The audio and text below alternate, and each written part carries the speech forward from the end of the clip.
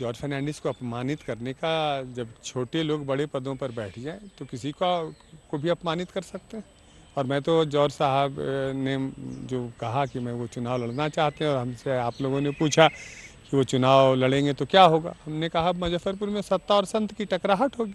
और मैं जानता हूँ सत्ता और संत की टकराहट में सत्ता झुकती है, संत जीतता है। तो क्या बांका में भी टकराव होगा? बांका में भी वही टकराहट है। हम तो लड़ेंगे। हमने बांका के लोगों के लिए एक ही संदेश दिया है कि बांका में सत्ता और सम्मान की लड़ाई होगी। हम संत तो नहीं, हम उन लोगों में से नहीं हैं जो बोल रहे हो कुछ और कर रहे हो कुछ।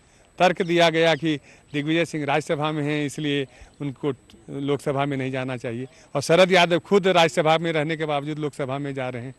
तो ये कौन सा तर्क है? सिद्धांत को परिभाषित करते हो तो सिद्धांत को बताने की हिम्मत भी अपने दिल में होना चाहिए।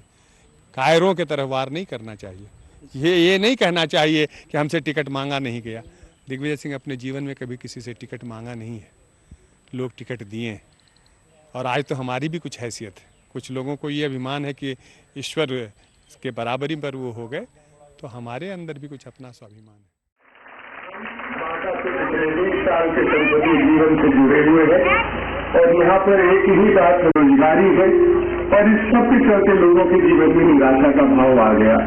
हम उस निराशा के भाव को बदलना चाहते हैं, और इसीलिए मैं हमेशा कहता हूँ बांका में हमारी लड़ाई किसी व्यक्ति से नहीं, किसी दल से नहीं, किसी समूह से नहीं।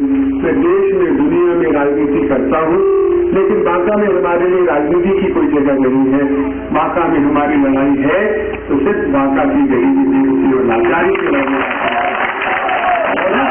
लड़ाई का चुनाव हमारे लिए पड़ाव है, क्योंकि हम बांका के बुजुर्गों का आशीर्वाद चाहते हैं, तो बांका के नौजवानों का प्रेम चाहते हैं। और हम जानते हैं गरीबी मिटाना कोई आसान काम नहीं।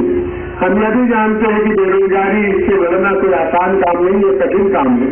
लेकिन हम इतना भी जानते हैं कि इंसान अगर कोई फैसला कर ले तो दुनिया की कोई ताकत उसे रोक नहीं सकती। इसलिए आप सब लोग देखिए, तो मेरा नगाड़ा क्या होता है? नगाड़ा जब युद्ध होता है तो युद्ध के पहले बजाकर उसकी तैयारी करने में लड़ा जाता है। और इसलिए कल ही शाम को ये चिन्ह मिला है, आज आपके बीच में आया हूँ। ये पहली जगह है जहाँ लोगों से बात कर रहा हूँ। मैं अब किसी जी को तो लड़ाने में, आगे में बढ़ाने में मेरी दिलचस्पी नहीं है, लेकिन जो यहाँ के नौजवान हैं जिनको अपनी जवानी की ताकत का एहसास और भरोसा है, मैं उनसे कहूंगा नगाड़ा बच चुका, युद्ध की तैयारी करो। और ये युद्ध की तैयारी चुनाव के लिए नहीं, तो युद्ध की तैयारी गरीबी को मिटाने के लिए करना है।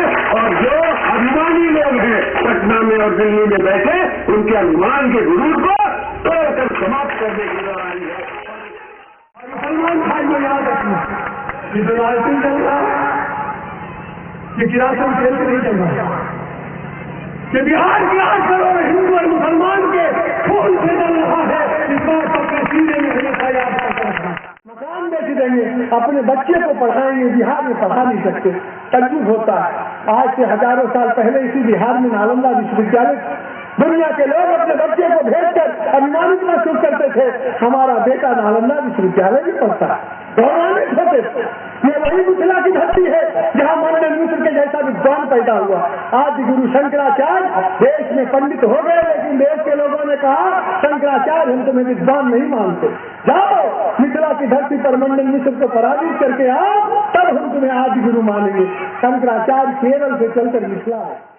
सब लोगों ने मिलकर ये ताकत और शक्ति और समर्थन दे दिया, तो हम एक बात का आपको यकीनन विश्वास दिलाते हैं, और वो विश्वास है, वो यकीन है, इस मंच पर बैठे लोग छूट जाए, अलग हो जाए, ये महत्वपूर्ण बात नहीं है।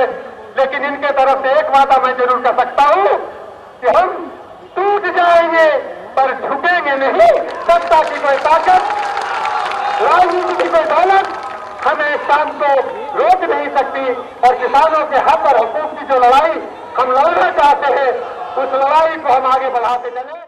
जब भी कोई अच्छा काम करेंगे लोग आपका मजाक उड़ाएंगे, और अगर मजाक से भी नहीं घबराए तो वही लोग आपका विरोध करेंगे। बंदर और नीलगाय की कहानी सुनाई जा रही थी, और जब उससे बात नहीं बनी तो विरोध में लोग आ गए। और मैं आपसे गुना कहता हूं, अगर मंजिल सामने हो और लक्ष्य की प्राप्ति साफ दिखती हो तो मजाक और विरोध करने वाले लोगों को एक दिन ऐसा भी आता है जब वही लोग जिंदाबाद का नारा भी लगाते हैं। दुनिया में परिवर्तन का यही इतिहास है। जात कायर का सहारा होता है। जो अपने पुरुषार्थ पर, अपने कर्म पर यकीन नहीं करता, वो जात के नारों का सहारे वोट मांगता है। दिग्विजय सिंह पिछले 20 साल से बांका के लोगों को कहता है कि हम लाख बार चुनाव हारना पसंद करेंगे, जात के नाम पर वोट मांगना पसंद नहीं करेंगे। कि जिन नेताओं के पांव के नीचे हमने राजनीति के गुरु मंत्र को सीखा था, गांधी, लोहिया, जयप्रकाश के प्रेरणाओं से प्रेरित होकर भारत के पूर्व प्रधानमंत्री आदरणीय चंद्रशेखर जी और आज यहाँ बैठे हुए माननीय जॉर्ज फर्नांडिस के पांव के नीचे हमने राजनीति का गुरु मंत्र लिया था, उन लोगों ने हमको